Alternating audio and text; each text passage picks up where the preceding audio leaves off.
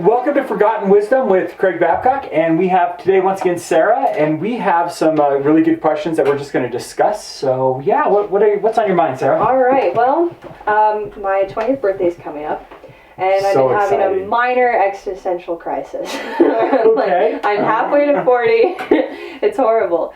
So what I've been thinking about lately is like, what is like the mark I want to leave on the world? And then I was thinking about it more, and I was like, is it selfish to want to not to be forgotten, to want to be remembered in life, like leave a legacy? But yeah, is that selfish? Is that a selfish thing to want? Well, it's one of the four major desires in the world. Okay.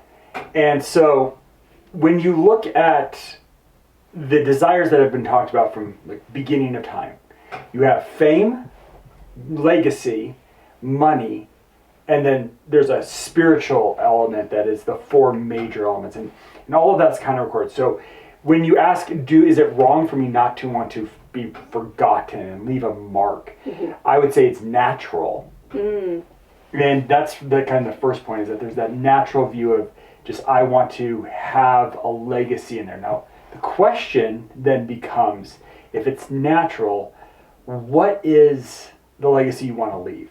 Mm-hmm. Because I think that is actually the better question than leaving a legacy. Right.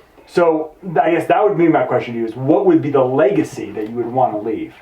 That's the thing that I'm like, what, I don't know, because sometimes I wonder if it's like, if you just follow your passions, one day it'll eventually leave something, like, but I don't know, I have no idea what I'd want to be known for. That's the big thing, where I'm like, I know I want to contribute something of value. Okay. And like do something that's meaningful in my life, but at the same time, like, what that is specifically, I'm open to the creativity of life. I don't know. So what do you think the most valuable thing you could do is? Like if you were just to look at all the people that you would think of, what would be the most valuable thing you think you see?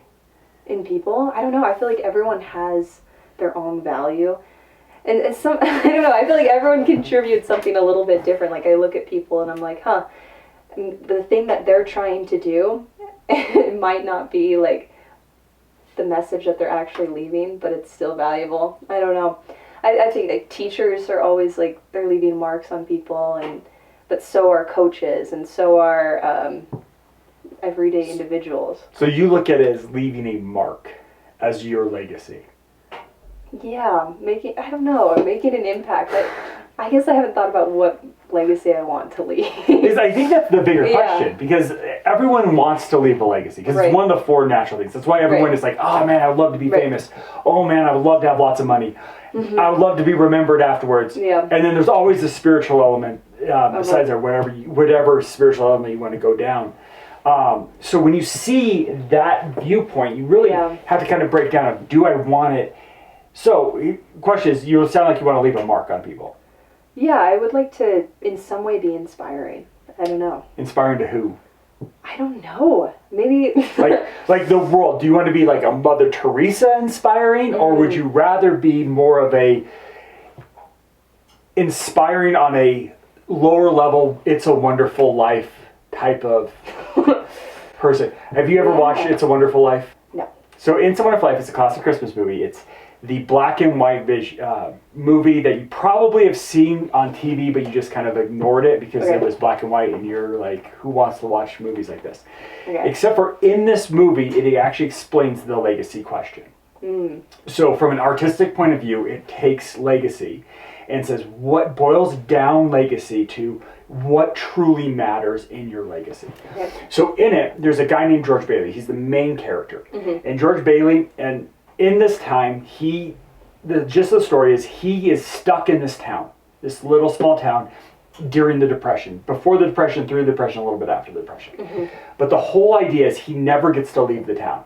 When he's a little kid, he saves his brother from drowning in a frozen pond. Okay. And because of it, he has an ear problem. So World War II, or World War I happens, I believe it's World War I, happens, and as World War I happens, he goes through. He can't leave the town because he has an ear problem, so he can't be drafted, can't join the army. His brother does, he doesn't, so he's stuck in this town.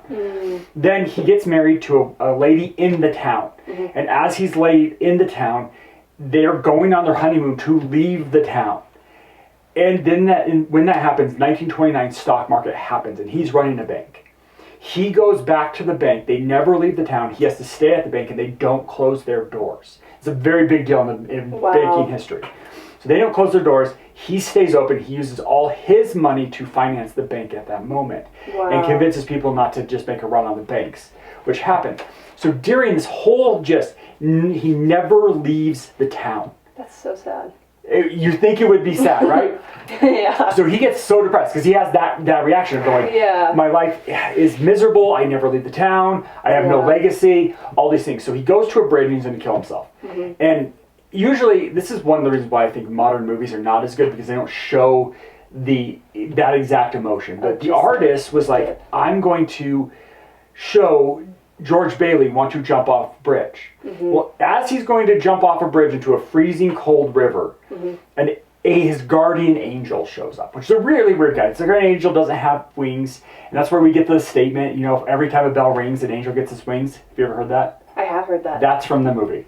Okay. That's how big of a deal this movie was. Wow, okay. So in it, the angel says, fine, you don't want to exist anymore. So they take him out. So he gives him a world where he never existed.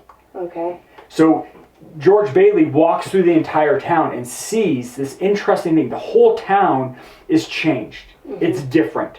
The bank he was working at closed. His brother is dead because he wasn't there to save him. The town enemy, if you will, the really greedy guy of the town, runs the town, and it's like a shanty town. It's absolutely horrible. And the whole thing is he's looking at it, and the angel's going, well, you weren't here. You couldn't do any of this. None of that, what I explained before, was an important legacy moment. Right. But as the angel's showing him, George Bailey is, he's going, you have value. And your legacy is greater than you actually know. So what is the angel really saying to George Bailey in those moments? I guess he's saying it's like your life has meaning. It has impact just by purely existing. Right. Right. Just and doing the right thing. Living your best that you possibly can in whatever situation you're in. Right. So what is so in all that, what do you think all of that would be what would be the greatest impact?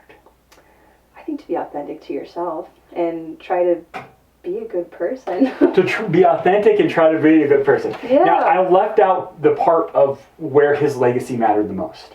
Was it the bank? No. His family? His kids. His kids, yeah. That's a classic legacy. It's a classic legacy. Why is it a classic? Because it's like the next generation. That's like you are responsible for raising humans to be functional and carry that on, because I mean that's default legacy. Right. Yeah. Okay, do you know who Charlemagne is? Yes, I do. Okay, what do you know about Charlemagne? Very little. I just know the name from history class. You're like, this is a guy that has his name in history. I bet if you recap me, I'll remember. I will tell you that I bet you the legacy that Charlemagne has left, you probably weren't even taught it in school. Okay. Now, and so I want to show you the difference between Charlemagne and just the basic of what you said about the family. Okay. So Charlemagne was king of the Franks. Okay. He was a pope. He was also the last emperor of Rome. A really weird situation. That's probably why you know him. Okay. But his legacy is not in his family because he was a one-generation king. His family actually did not. He was the last emperor of Rome. They did not continue on being king of the Franks. He does not have the long legacy. He's not like the queen, the royal family in England. Right. He was a one-time thing. But yet his legacy is extremely silent, because what he did is Charlemagne was a very unique guy who valued education. So this is weird. So king of the Franks valued education. In fact, he really valued reading and writing. He couldn't read or write. Wow. He was illiterate his entire life, even though he attempted to learn constantly. He just couldn't grasp it. He couldn't grasp it, and there's legends of him sleeping with a chalkboard under his pillow so he could get up and just start trying to write. So he valued it. And in that, his legacy, what he did is he went to all of Europe. So he's basically, at this time, the Eastern and Western Orthodox split happened. The Catholic Church is running the West, the Eastern Orthodox is running the East side. And in that time, so he's all of Europe. So what he does as the king of the Franks and as the emperor of Rome, yes, he has all these titles, and pope at the time, kind of interesting. It's really bizarre. That's a lot. what he did is he took the smartest people from the villages Mm-hmm. and he created Montessori's of scribes that would read, write, and yes, they would do, And teach. yes, but a lot of preserving the Bible. Okay. But it's the foundation of our modern academic system. Mm-hmm. So the father of our modern academic system is a guy named Charlemagne, Uh-huh. who is known as the last emperor of Rome, but no one actually digs into what his legacy is. It wasn't just making an effort to like No, so find the smart people. he has a great legacy, Yeah. but this is kind of interesting. So he has a great legacy. He's going to be forgotten. Not many people, other than quick footnote. This guy existed. Like yeah. So he's The going to be history of the forgotten. education system. Now, what's not going to be forgotten? Now, if he actually poured his legacy into his family, his kids specifically, that is a greater legacy and a lasting legacy. How so? Like, what would that look like if he poured his energy Would into raising his children, like probably to be educated, literate, be good leaders? be good leaders? Who's to say that his kids would have, hired? Who's to say that the started Roman on- Empire wouldn't still exist? So why did it fall then? Why was he the last one? Why? Yeah. There's a lot of issues he had with his family. I'm not joking. Like how so? With his sons were a mess. Like just not, His line was horrible. just not capable humans. Yes, basically. Okay. They They just were not good rulers, and so it just Correct. crumbled. Correct. So if he okay. poured it into there, wouldn't the legacy be greater? Yeah, I guess if he poured into his children and they were capable leaders who also valued literacy, then maybe, yeah. Okay. But you would have to still Now follow his interests. Yeah. And still have to create these Montessori's. Would he have to? I feel like You asked about being forgotten. I'm talking about not being forgotten. Which one's not going to make you forgotten? I don't know my great grandparents. Like I couldn't think of their name off the top of my head. Like great. So you're saying that Charlemagne is his legacy is greater? I'm just saying that he could have been forgotten in his own family line. Like Okay. name wise. Like I'm sure I could do some family history work and be like, oh that was really cool, but like I don't know. Isn't that a hard question? Yeah, because when I think of forgotten, I think of like global impact, like something to be remembered by that's like of value for the population. So like I could see if he poured into his kids, then he could have like carried on a generation that could have done more good. Right, not gone But through then- the Dark Ages. But then also not you gone have through to, the Dark Ages? Yeah, okay.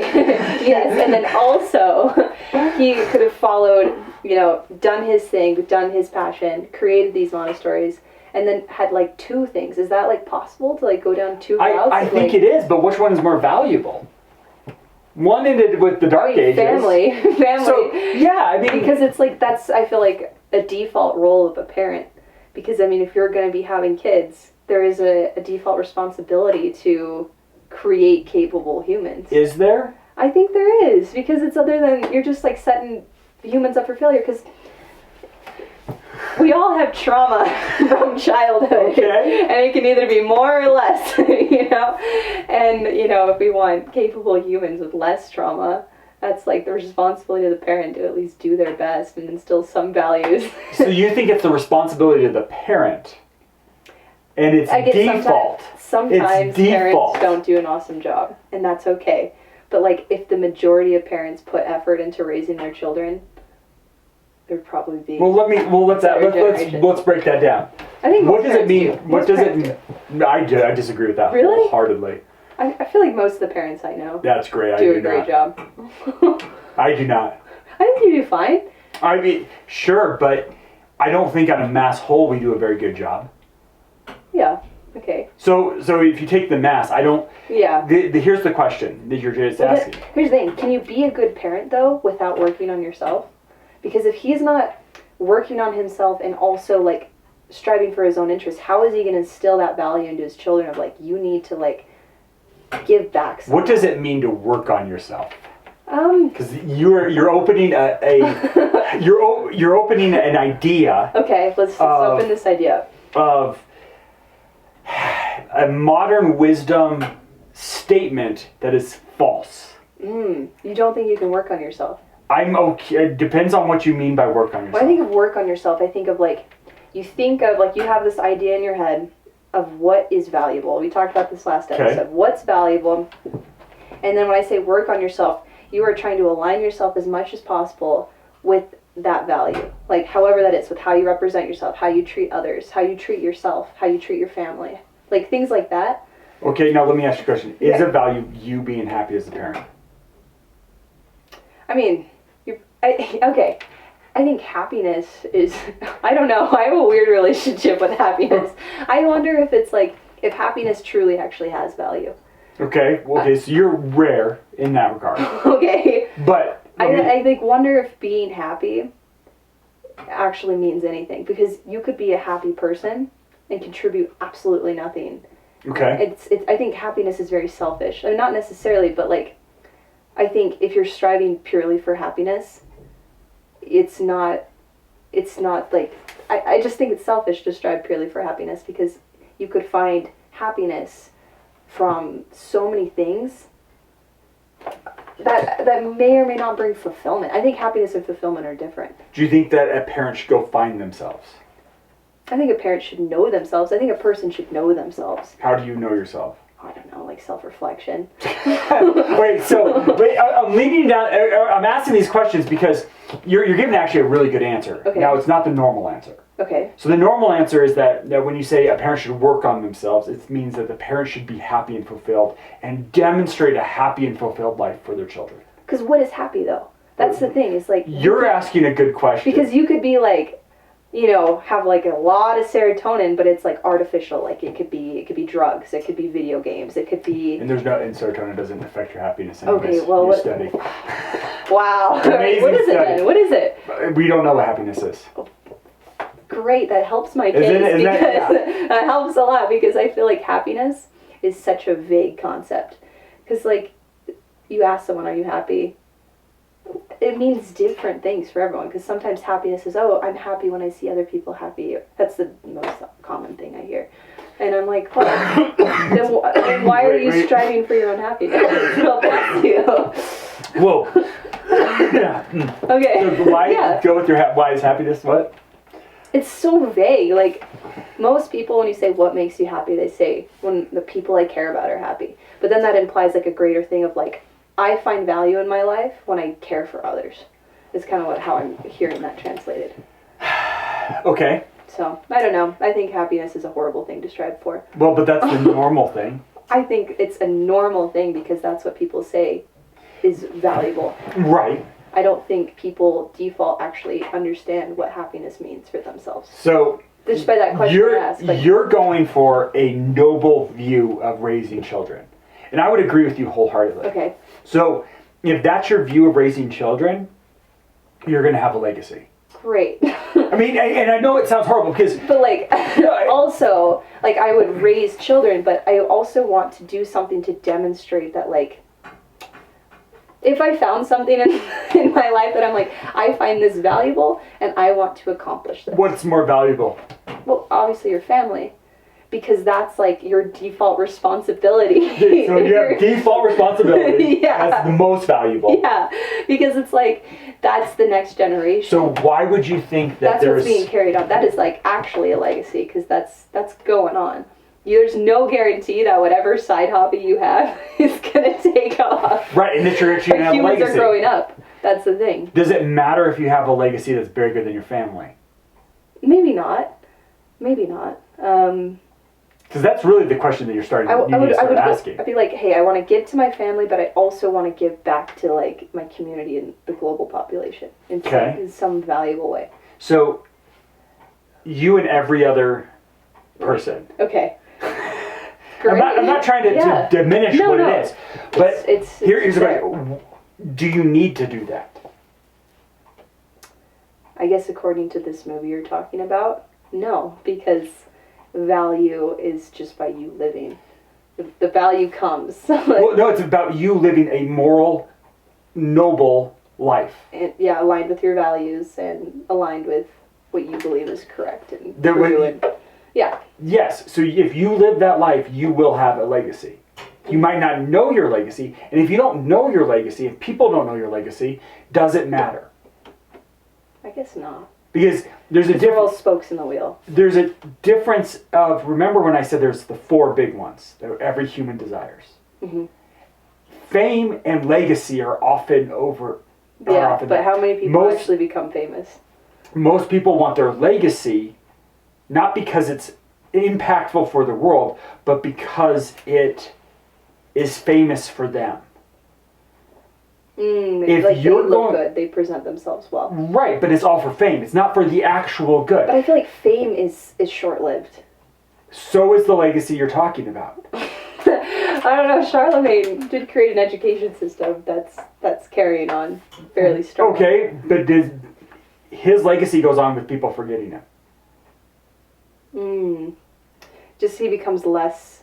Okay, who's someone that you would give an example of that has like a really strong legacy? A really strong legacy. Well, you can easily do it. Mother Teresa. Okay. Okay, so Mother Teresa. Why will she not be forgotten? She will be. Why? Why? Because humans forget. We are horrible at remembering the past. We are absolutely horrible. There will be a subset of people that always remember who she is, and will learn about her. Just like with any other concept. With any other human or person that impacted the world in a profound manner, that person will be remembered.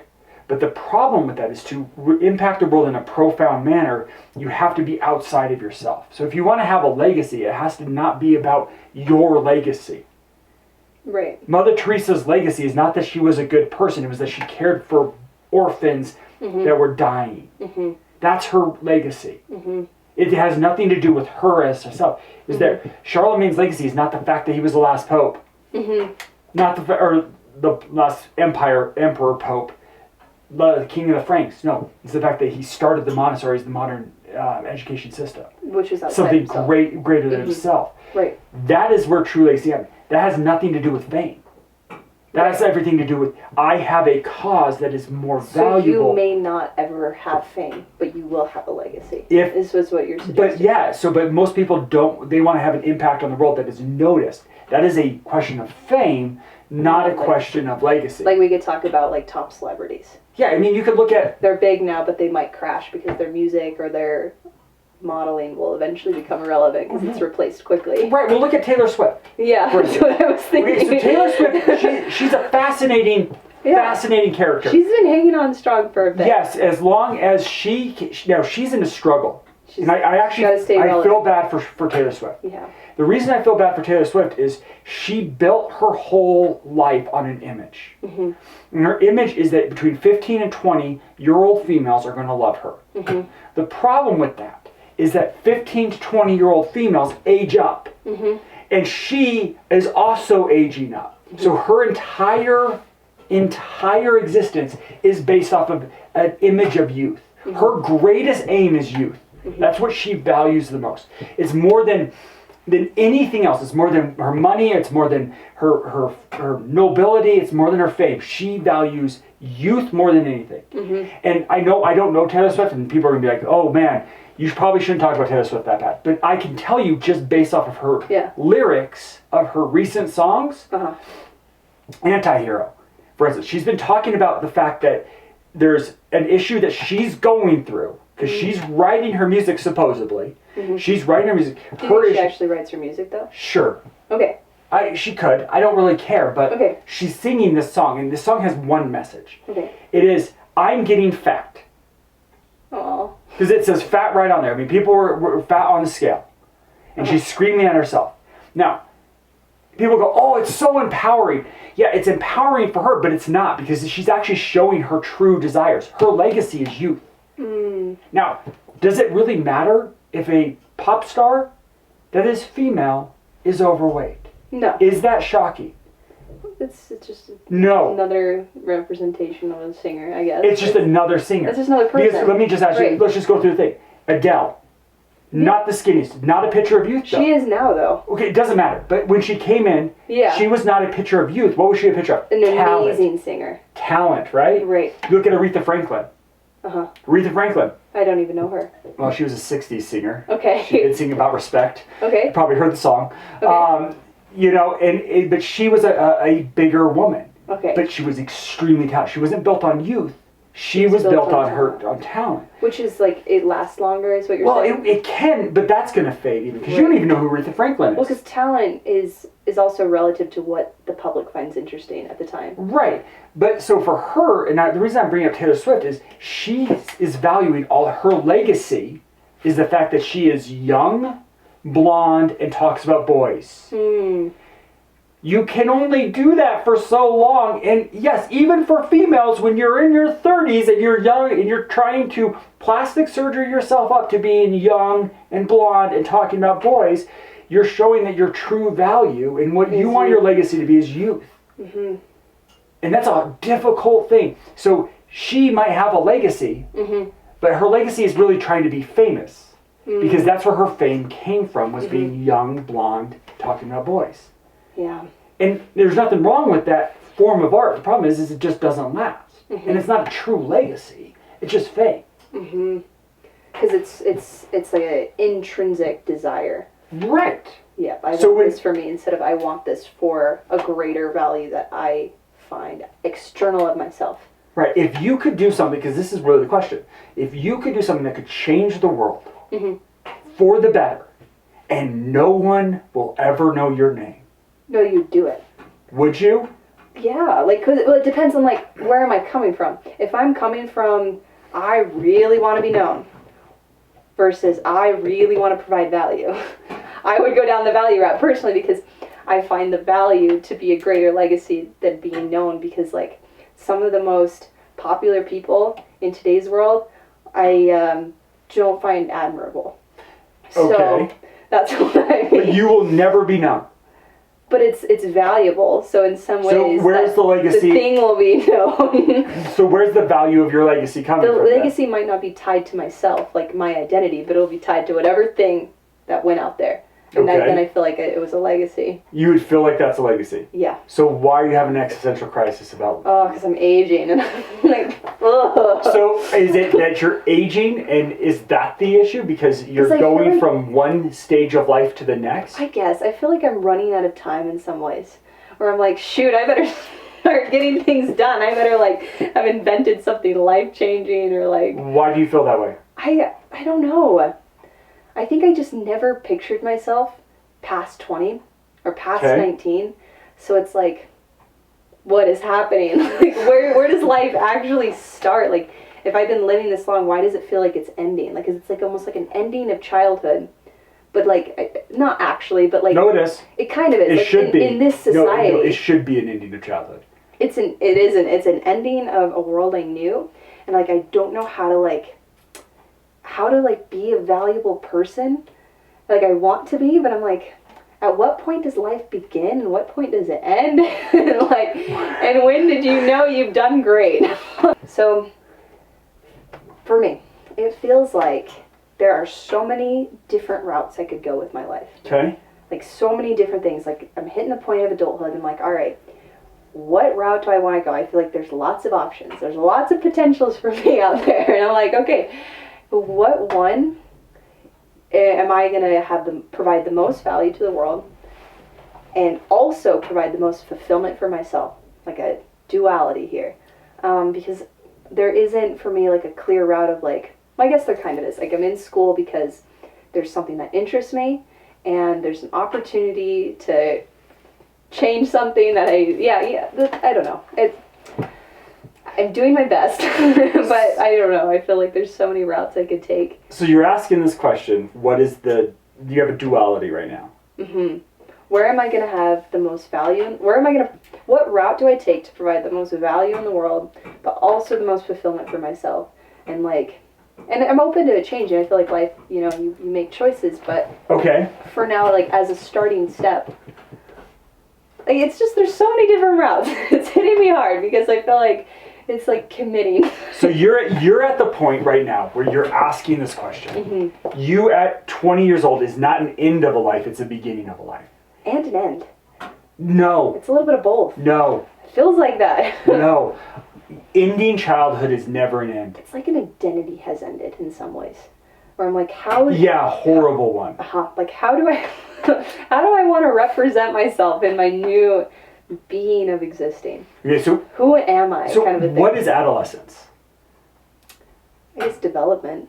No, adolescence is no consequences. Okay, yeah. You have no consequences when you're young. Mm-hmm. I mean, there is consequences, obviously. Yeah. We know that there's consequences. But there's the reality that when you're young, your parents are covering you, your school's covering you, you can make a mistake, and what's going to happen? Adults are going to fix it for you. Yeah. So when you're young, you can be young and carefree. Yes. There's no consequences. Mm-hmm. It's not a good place to be. It's, well, yeah, I guess. No, it's not. It's memory making. Memory making is not that is not a reason to be young. Mm-hmm. That is not, and this is where we go back to like the Taylor Well, Swift then being idea. young is about learning. Is it? Well, yes, because you have to, like, at some point you do need to navigate. Like, you get your consequences, but, like, you wouldn't want your life to be completely over because you screwed something up when you were a teenager. Right, that's why we allow them to be stupid. Yeah. That's why we allow young people to do dumb things. Mm-hmm. That's why adults cover them. Mm-hmm. But it's not an identity. Yes. You've never, when you were young, you never had an identity. Uh-huh. Because everything that was, you didn't produce.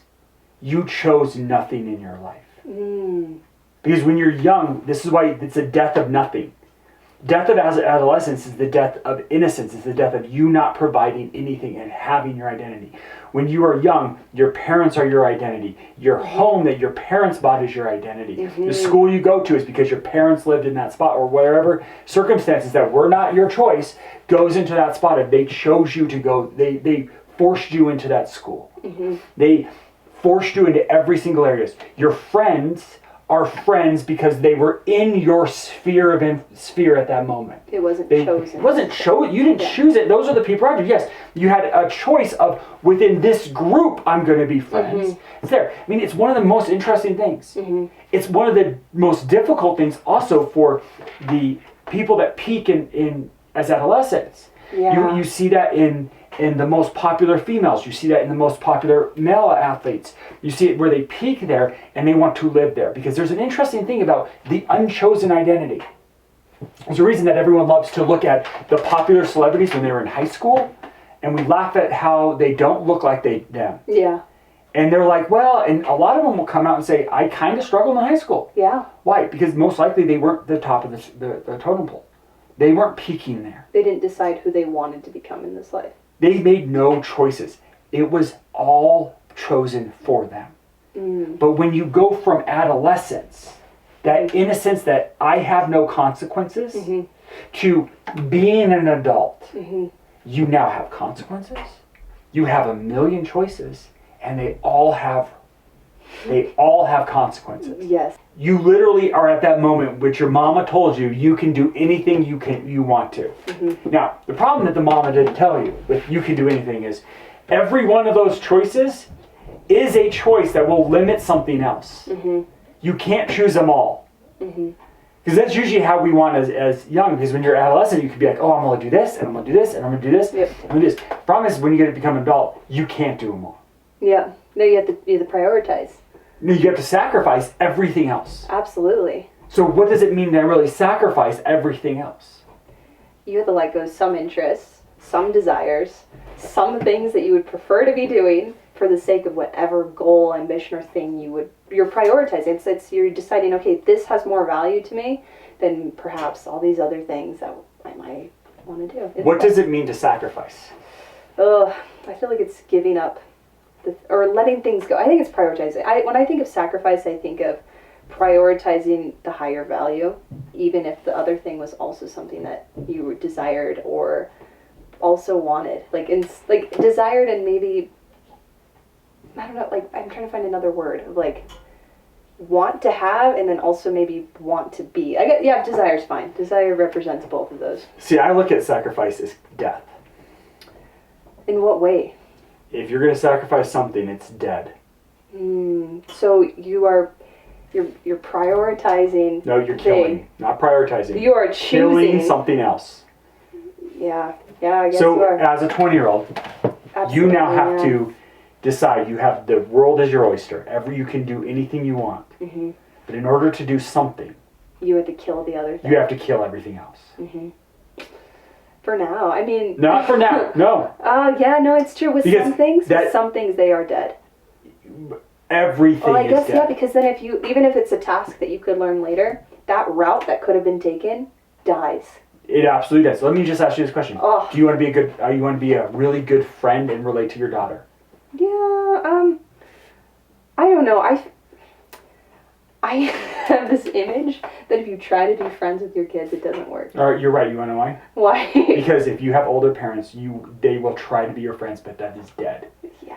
If you wait to have kids, the more you relate to your children dies. Yeah. Now, it doesn't mean your kids die. It means the relationship that most parents want die. Now, I'm not telling to have kids very young. What I'm saying is that if people wait longer, there's a disconnect. There's a gap of between there's actually an unnatural, unhistorical gap between generations of parents and children. That dies if we wait longer to have kids. Okay, wait longer to have kids. Just know you're sacrificing that. That's dead. Mm-hmm. That is dead. Now, on the same thing, but does it happen naturally? Like, if you had kids young, are you more inclined to be friends with them, or is? I would say you're more inclined to have a more relatable relationship with them. Makes sense. Also, you're going to see more generations. Yeah. You're going to be able to actually do things with your kids. Yeah. And now, know this. Mm-hmm. You choose that.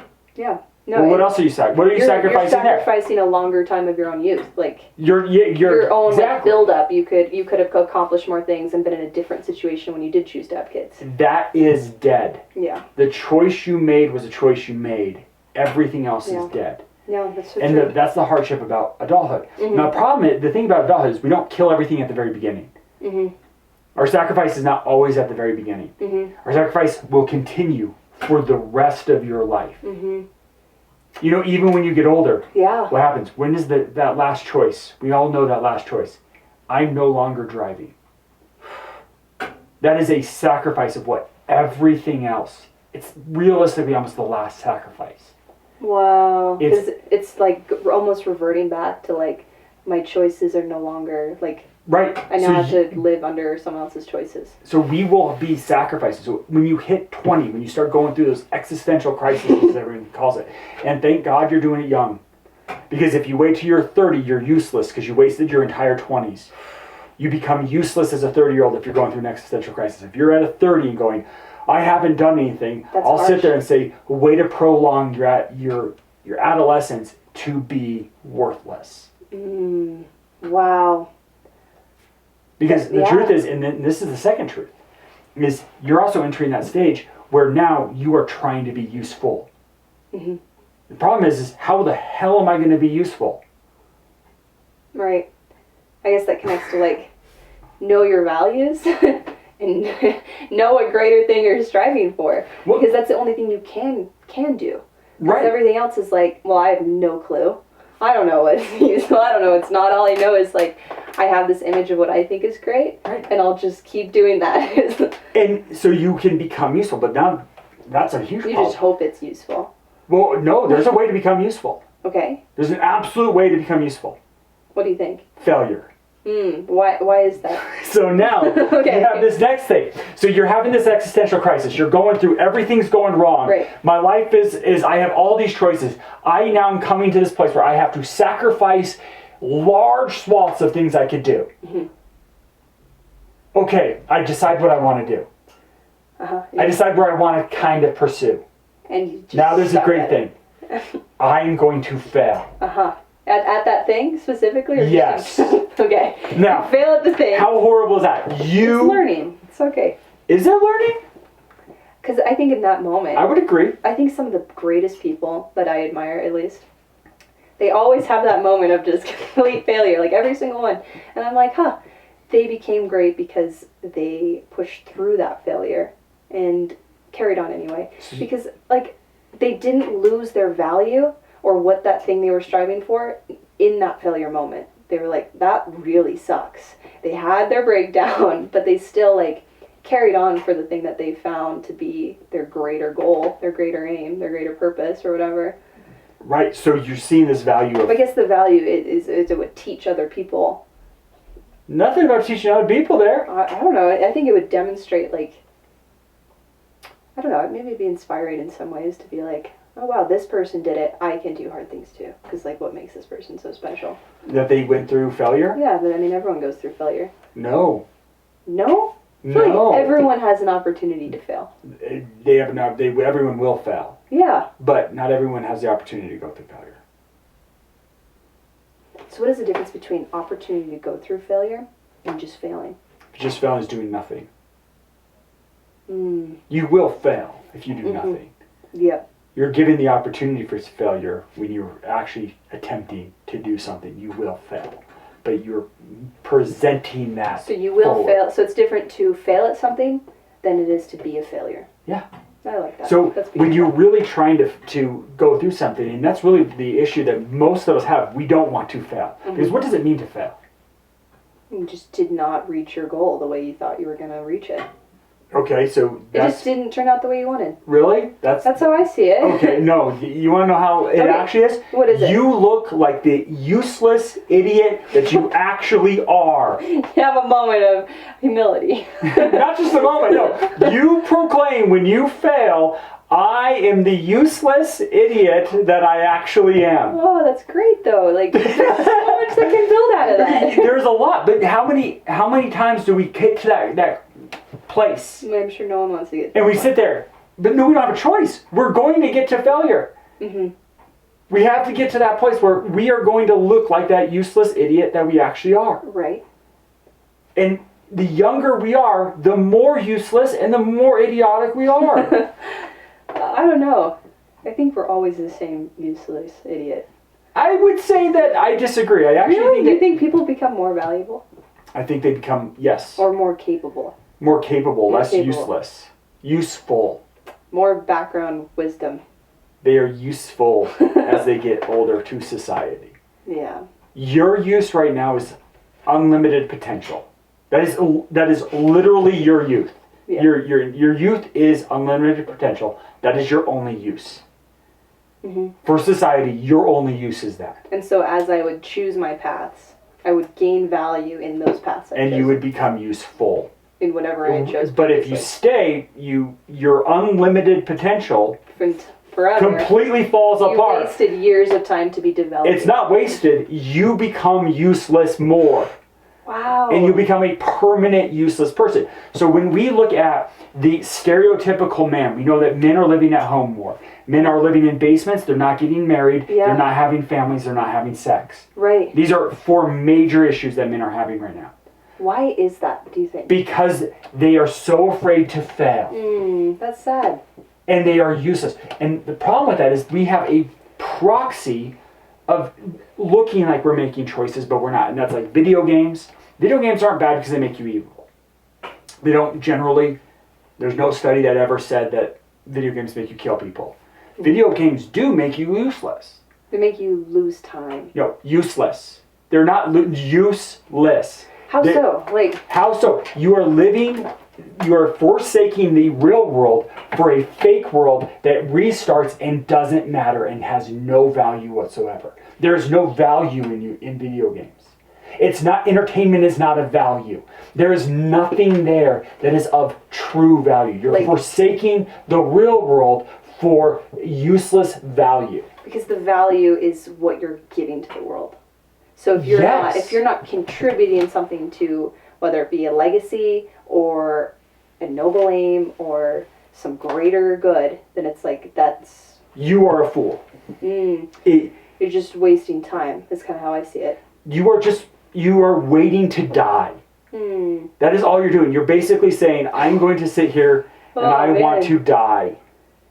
Yeah, I mean, I could really see that. Okay, here's the thing though. But what separates video games from watching TV? Or, I'm just going to stop. Watching TV. Watching TV, okay? Mindlessly watching TV shows. Okay, let me ask you a question. When you think of watching TV, give me the scenario. Okay, then the reason I say this is because I do like video games. I understand. That's fine. That's Okay, fine. because it's, for me, it's a form of like taking time off, but it's not like excessive. Like, and I haven't played video games in months, but like if I had a really hard track workout, like back in high school, Okay. or like really hard training day, Okay. I don't really want to watch TV, because Okay. that's what a lot of people do when they need a like ice or something. They like to put up a show. I can't just watch something. Like, I have to be doing something as well. So I really enjoy video games. Okay. But does that make me useless because I'm not putting time into the world? Well, you were in your adolescence, so you're useless anyways. Okay, but like if I chose that now. Yes, it's absolutely worthless. So, but someone can't be going all the time, can they? No, but here's the thing. You're just by default useless. By default, no. Here's Okay. the thing. This is why there's always that gray area. And no, there's always a gray area. Because what you're trying to describe is what people try to describe as responsible video game usage. Yeah, but I Which mean, is actually both. The problem with it is, for you, because you're still somewhat in that adolescent state, the wasted time is mitigated. But as you age up, if you continue to play video games, you become more and more useless because the time is wasted. Now, here's what the time is wasted. Okay, you get married. and you're playing video games. Let me just ask you a question. If Yeah. I say watch TV and you're married, what is the image? You're Oh. binge watching with the person. Yeah, What is that activity? Binge watching with the person. you're bonding. Okay? When I say playing video games and you're married, what is the image? I can tell you what the image is. Guys playing video games ignoring his wife. That is exactly what I picture. I mean, there could be some instances where they're playing together. Sure. They're having a good Minecraft world. Okay, they're having it, but I'm going to tell you something. There's a really weird thing when you actually can get out of the virtual world and spend time together. and spend time in the real world, because I think it the would truth be hard, is, yeah. you can say, oh, these video games, and I know that there's a lot of female gamers out there. I know there's a lot of male gamers out there, and they're going to say, no, this is not how it is, but it really is how it is. Because psychologically you want to connect with people. You are not connecting with that person. You are wasting your Yeah. life. Now, the problem is let's say you don't get married. Yeah. If I say 30-year-old gamer, what is in your mind? Is it a female or a male? It's a you male. just said he. Why? Because I don't know very many 30-year-old Because female gamers. generally females have figured out to not do this. Why is that? Is that a societal push? No, it's because you understand the value of human life. Women just intrinsically want to like reproduce and like create a Well, legacy. it's a lot more sacrificial to you than it is to me. When I think of having kids, I have 3 kids. You want to know something? It didn't hurt me at all. That's fair. There was no pain. There was no risk of death for Craig. There was none. I didn't have to do it. I hate when guys say we are pregnant. No, we are not. I don't do. That's not my curse. I hate to say that. That's just not my curse. That's my wife's curse. It is. It's a reality that when she has to face that fact, if you want to ever have a child, you have to know that there is a risk of death. There's a guaranteed of excruciating pain. But it's worth it because it's like, here, I'm gonna create the next generation. You're saying it's worth it. I'm just saying So- that's generally probably what people. Okay, so as a female ages, they know, because every girl, the minute I have an understanding of how children are born, and realistically, probably before that, little girls play with baby dolls for a reason. It's historic. It's not new. It's not a gender thing. It's just historic. Female little girls play with dolls. We find relics of dolls in every culture, in every trash heap that archaeologists find. There's remnants of dolls that girls played with. They know the value of that. Guys don't. So why aren't there 30-year-old gamers that are absolutely useless? Because generally females have sat there. Now some females sit there and go, I'm never going to have kids, and they gave that up. Now they can be useless and forgotten, have no legacy. That's fine. Okay, but No. I don't think Mother Teresa had children, did she? No, she didn't. No. Actually, she had a lot of kids. But she never physically had kids, correct? Right, or did Jane Goodall have children? I don't think she did either. I don't think she did either. I don't. But Yeah. I'm just. There's a lot There of, are like- also exceptions. There's I exceptions don't, to every okay, rule. yeah, because I don't think a woman's value is purely just to have kids. I think you You could said say, legacy. I didn't say value. okay, a woman's legacy is purely just about having children. I think there is It's a the easiest beautiful legacy. Yes, and I think it's one of the most beautiful. But I don't think that's the only way someone can have legacy, and I think that can be said the same way for males. I think it could be like, you know what? It would be really awesome if you could, like, you know, instill values and, like, be a good I father. absolutely agree 100%. But, like, And- there's and- other things you so, can do in the no, world. and you're actually making a huge point, Mhm. because what I'm saying is that for you, Mm-hmm. for most females, the reason they're not gamers, Mhm. and let's go back to that thing real Most. quick. That 30-year-old gamers is generally not the thought of female, Mhm. is because they have an understanding that there is value. When you think of a 30-year-old gamer, you're not thinking of value for a male. Mhm. And part of the reason is because they don't understand the legacy of family either. Mm. Because I talked about Charlemagne, and I said that his greatest failure was the fact that he wasn't a great father. Mhm. That is the greatest failure of men as well. Mhm. This is not a men or women. I'm just saying Right. that women have an understanding of the value of it because of the pain and the risk of death that you have to go through. Mhm. I don't have to go through that. It doesn't take the legacy of family away. Mhm. It actually makes my legacy a very much chosen legacy, knowing that I have to sacrifice, as a male has to sacrifice, in a longer term thing of providing. That's why, you know, men are generally known as the providers. They have to generally be worthy of the woman that chooses to have children with them. They have to be worthy of that.